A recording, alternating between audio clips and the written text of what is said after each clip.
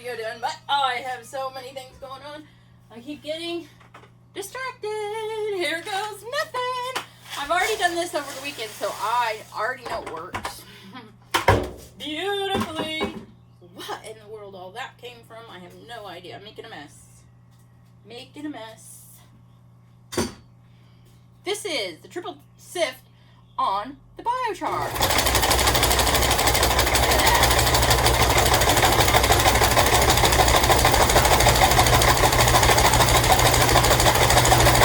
Okay, so it's already gone through outdoors the 1/2 inch screen. So anything here should be a 1/2 inch. And then this is going to go into my, what used to be my overspin. This is the, what would this be? 1/2 inch Bio-Char screenings. Okay, don't ask me why or what I would do with it. I'm thinking of a soil amendment for houseplants, and it would be a chunky material, so it would help keep the soil aerobic. It would persist in the soil, a lot like perlite, only a lot bigger. And then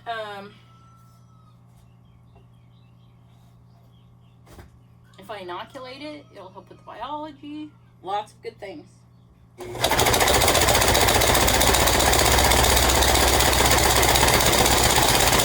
Okay, so this is the Bio-Char that went through the 1/8 inch screen.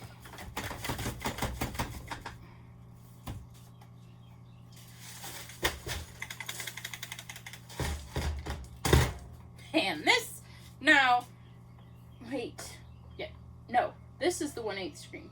Wait, oh, the other one was the 1/4 inch screen. So that was the 1/4 inch. 1/2, 1/4, 1/8, below here would be the 1/12.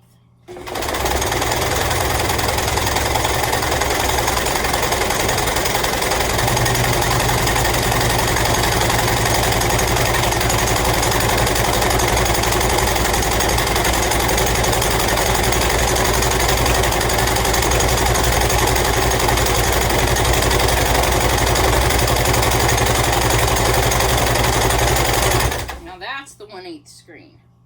So it's got a few little chunks of some brown stuff in there, but this would be a great amendment also for your houseplant soil, about the same size as the perlite would be. I think it would retain the moisture. Not sure what all. Gotta do more research on my Bio-Char. But first you gotta have your Bio-Char. So that's what I'm working on. I'm just collecting my Bio-Char carbon. I'm a carbon collector now.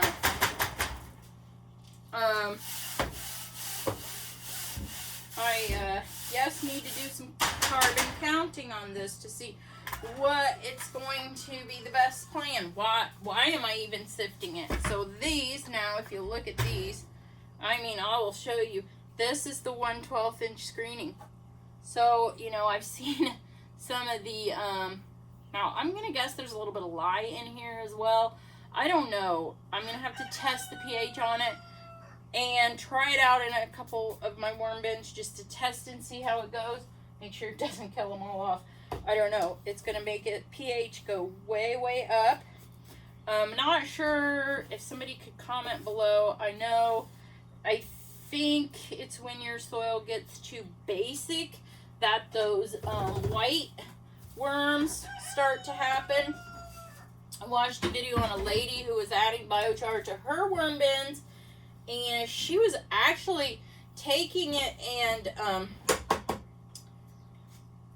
putting it in her blender, I think, and making this black stuff, liquid, that she then just poured into her worm bin. Okay, so I'm thinking that 1/12 inch screen, I'm not going to have to run that through the blender at all. That will just go directly into the worm bin without any need for that. Also, I'm watching some videos on feeding the cattle Bio-Char, like mixing it with molasses, running it through their system. I hope that's not going to decrease their pH too much. I don't know. Apparently, though, I'm thinking, the reason why I'm thinking that lye and stuff is in the 1/12 inch screening is because we're doing this Bio-Char outside. We're just stacking the limbs up as we go, and then at the end of the day when we're done burning, we quench it so that it stops burning, and all that ash in there, which has been burning all day, wasn't getting the oxygen, so it's actually going through a pyrolysis instead of at the surface layer where the oxygen meets, where you put the limbs on, then it is biochar down in there. But there are some that go through the complete burn down phase, so there's some ash in there. That, I believe, is what would be possibly down in that 1/12 inch screen. Getting that all into my brain. And then these larger chunks I don't think are. I think they're complete biochar. They're sifted, clean. We quench them with water, so I would probably neutralize some of that also, the pH. So there you go. Didn't that work out awesome? I can sift out 1/2 of a 5-gallon bucket per time in this triple decker sifter.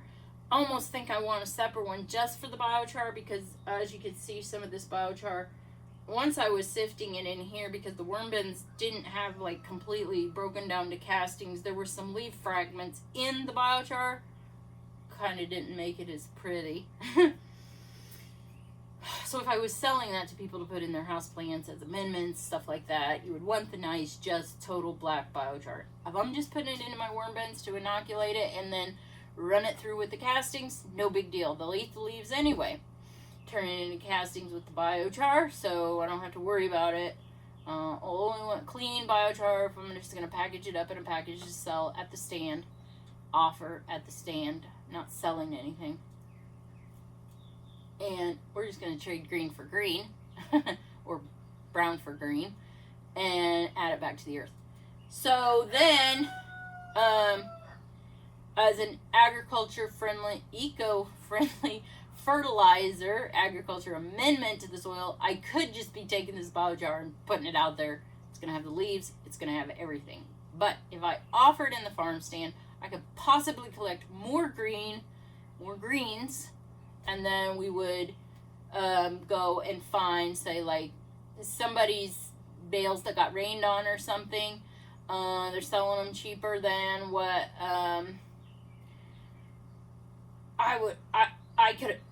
cheaper than what you could sell them for to feed them to an animal or something. So I would be able to buy that as an amendment, and we'll feed the underground livestock that.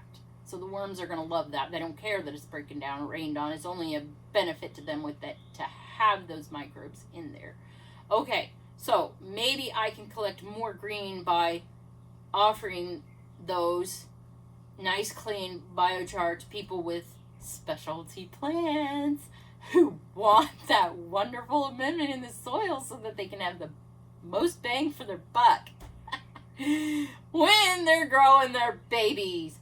Anyway, and also I have all kinds of cactuses and things that I love that I'm willing to inoculate this biochar and get it in their soil so that they are completely healthy and doing great, which is one video I want to do and show you how much better those vines are doing that I transplanted into my own soil mix. They're starting to thrive. They're growing now. That I'm inoculating them with this stuff. And we'll show the improvements there. So that's it for this video.